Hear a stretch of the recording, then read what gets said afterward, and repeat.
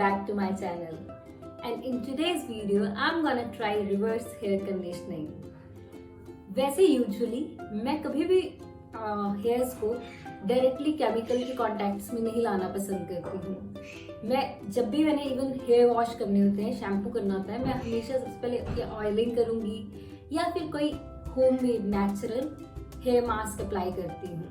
Usually वैसे मेरी routine में मैं ऑयलिंग ही करती हूँ, पर जब भी कुछ ओकेजन होता है या कोई फंक्शन होता है या मुझे गारंटी करना था कि नहीं मेरे बाल हमेशा अच्छे ही लगे, इस बार मुझे बालों के साथ कोई रिस्क नहीं है, at that moment of time I just apply mask. और हाँ, मैंने इससे पहले एक मास्क की वीडियो भी डाली है, एग मास्क की, so I will put the link in the description box so that you can check that and you can also make that mask and use that mask. तो लेकिन आज मैं सबसे पहले केमिकल लगाऊंगी, दैट वो conditioner लगाऊंगी दैट इज ऑल्सो केमिकल, तो उसमें कैरेटिन होता है जो कि हेयर्स के लिए बहुत अच्छा होता है, समाना ऐसे बोलते हैं। लेकिन मुझे लगता है ठीक है, मतलब सब ऐसा नहीं है कुछ खराब होगा, सब अच्छा होगा, डेफिनेटली होगा, तभी हमारे हेयर जो है स्मूथ एंड सिल्की बनेंगे।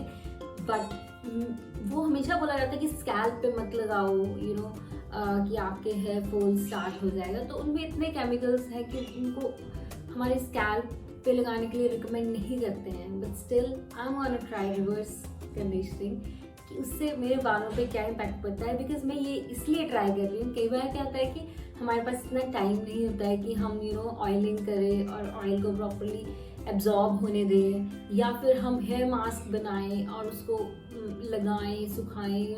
इस मास्क का प्रोसेस तो काफ़ी मतलब लंबा लगता है मुझे पर्सनली, तो इसलिए मैं ओकेजनली ही लगाती हूँ। तो आज मैं ट्राई करूँगी रिवर्स हेयर कंडीशनिंग। सबसे पहले आपको इसके लिए करना पड़ेगा, you have to weten your hair first. उसके बाद आप उस पर कंडीशनर अप्लाई करेंगे। तो हेयर वेटन अप करने से पहले आप अपने हेयर को अच्छे से अनटैंगल करें और अनटैंगलिंग हमेशा टिप से स्टार्ट करें।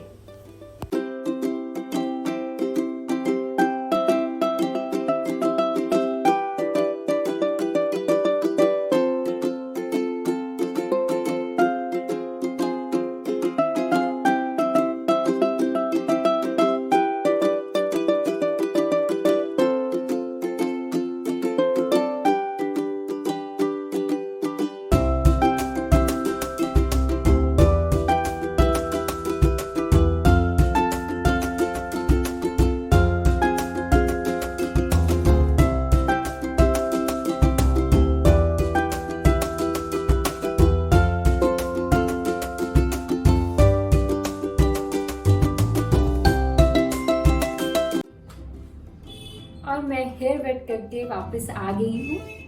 अब हम लगाएंगे conditioner.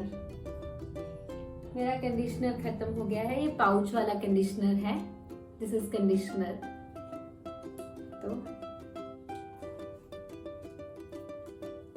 Just take it in your hand and like this.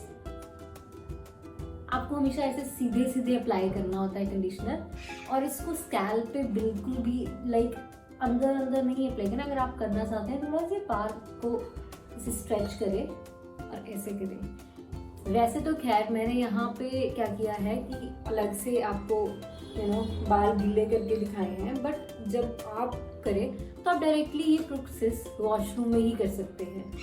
आपको क्या करना है, thoroughly wash, not wash, rinse करने हैं हेयर को आप थरली रिंस कीजिए। उसके बाद आप कंडीशनर लगा लीजिए, और कंडीशनर लगा के आप इसको 2-3 मिनट्स के लिए लीव कर दीजिए।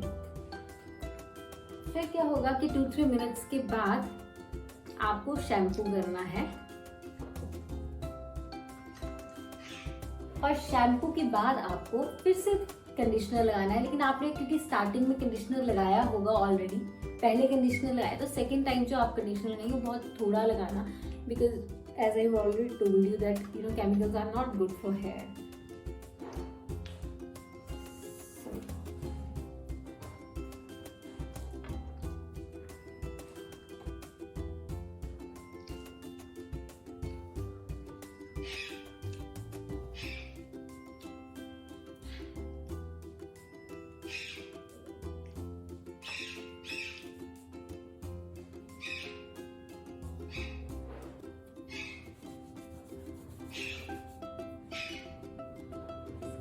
अच्छे से अप्लाई कर लीजिए, बट ये ध्यान रखिए कि इसे स्ट्रेट रखना है बालों को, आपको बिल्कुल ऐसे लाइक ऐसे ऐसे ऐसे ऐसे करके नहीं लगाना है, आपको स्ट्रेट इस वे में ही अप्लाई करना है conditioner.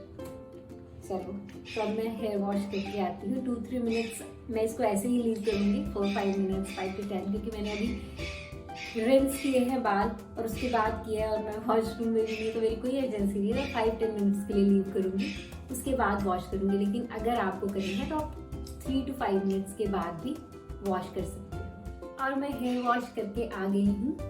Now I am gonna untangle my hair.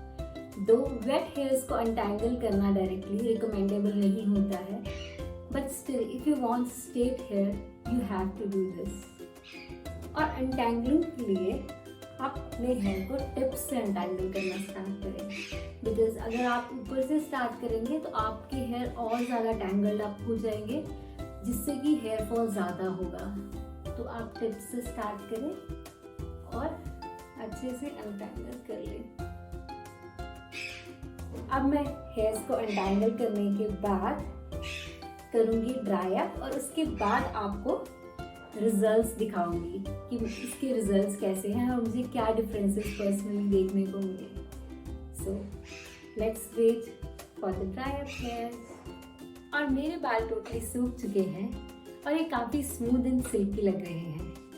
Usually जब मैं विदाउट ऑयलिंग और without applying any mask hair wash करती हूँ तो उस टाइम पे मेरे बाल काफ़ी फिजी लगते हैं। तो ये वाला मेथड मैं आपको रिकमेंड करूँगी। अगर आप डायरेक्ट शैम्पू करने जा रहे हैं तो instead of direct shampoo you can opt the reverse conditioning method. ये मुझे डायरेक्ट शैम्पू से काफ़ी बेटर लगा और इसके रिजल्ट्स मुझे काफ़ी अच्छे लगे। तो वैसे तो आप ऑयलिंग ज़रूर करें, but if you don't have time for that you can go for this reverse conditioning.